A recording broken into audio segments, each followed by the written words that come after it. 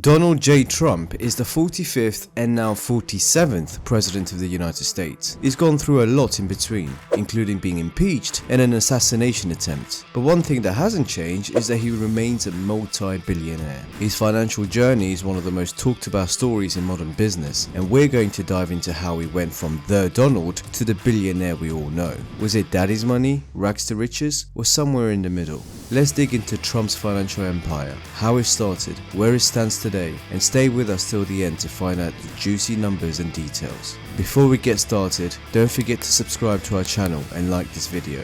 The Trump story begins with his father, Fred Trump, a savvy New York real estate developer. Fred made millions in affordable housing developments in Brooklyn and Queens. But young Donald had bigger, glitzier dreams. He joined the family business, bringing new ideas for expansion into Manhattan's lucrative real estate market. Initially, daddy's money might have helped little Donald to get his foot through the door. How much did it give you again, Donald? My father gave me a small loan of $1 million.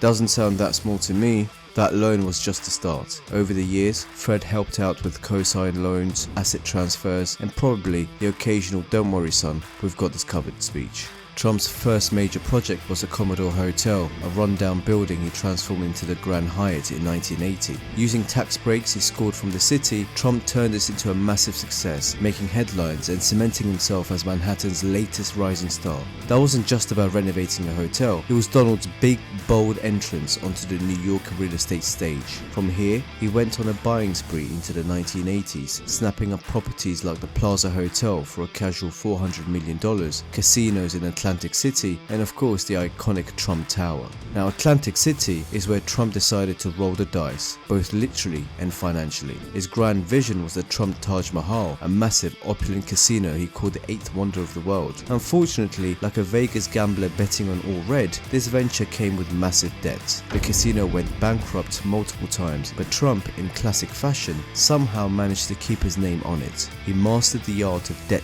restructuring, essentially turning losing money into a kind of financial magic trick.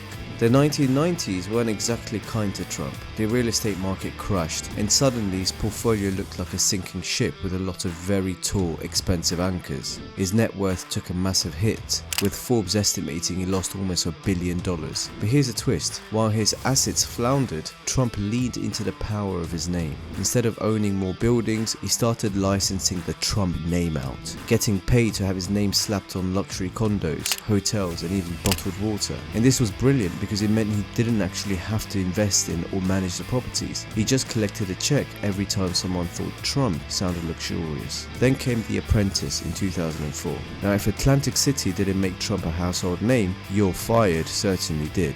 Alright, Gene, you're fired. This reality show wasn't just a hit, it was a money machine, reportedly earning Trump close to $200 million over its 14-season run. It's safe to say that he made more from television than most actual CEOs make in a decade, and The Apprentice did something even more valuable. It positioned him as America's go-to billionaire. All of a sudden, Trump had a brand that was as much about entertainment as it was about real estate. From here, Trump's business empire went on to include Trump Vodka, Trump Steaks, and Trump University, which promised to teach students the art of the deal, but ended up teaching them how to file a class action lawsuit. Not every venture was a home run, but each one added to his brand. By licensing his name to a range of products and properties, Trump managed to stay relevant and profitable, even as some ventures went up in smoke. Today, Trump's investment portfolio is a mix of old-school real estate to luxurious golf courses and licensing deals. Trump Tower on Fifth Avenue remains a cash cow, valued at over $300 million, while his club in Florida, Mar-a-Lago, has become a top-grossing property worth an estimated $350 million.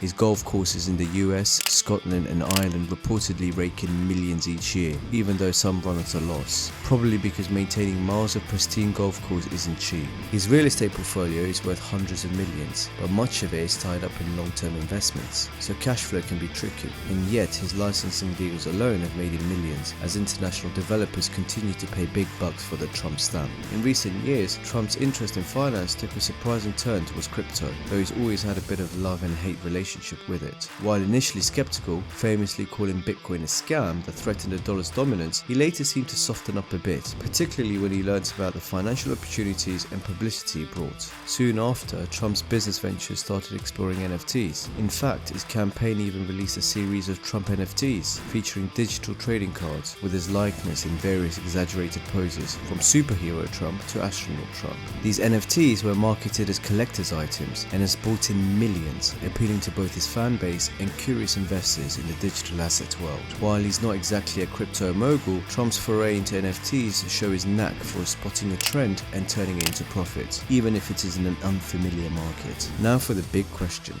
What's Trump actually worth? Estimates range widely from about $2.5 billion to over $3 billion, though Trump himself has famously claimed higher figures. Forbes tends to put him at the lower end of the spectrum, especially after accounting for his debts, which remain substantial. With many of his properties leveraged to the hilt, Trump's net worth is very much tied up in a real estate value, meaning it fluctuates with the market. But here's where Trump's genius shines. His name itself has become an asset, one he's able to monetize independently of his actual holdings. And now, thanks to his recent re-election in 2024, Trump's brand is getting another shot of adrenaline. Being president has been, oddly enough, a profitable endeavor. During his first term, his Florida club memberships reportedly doubled in price. His hotels and resorts became popular spots for political fundraisers and high-profile events. This time around, his brand and his properties are likely to benefit again from his political presence. In the end, Donald Trump's wealth is a blend of inherited assets, bold real estate gambles, the power of branding, and a touch of TV magic.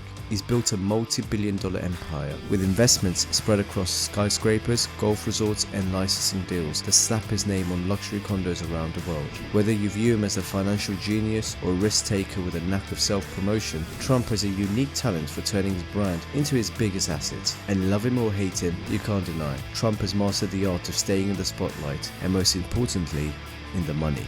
If you enjoyed this video, please like and subscribe and share it with your friends far and wide. We'll see you in the next one.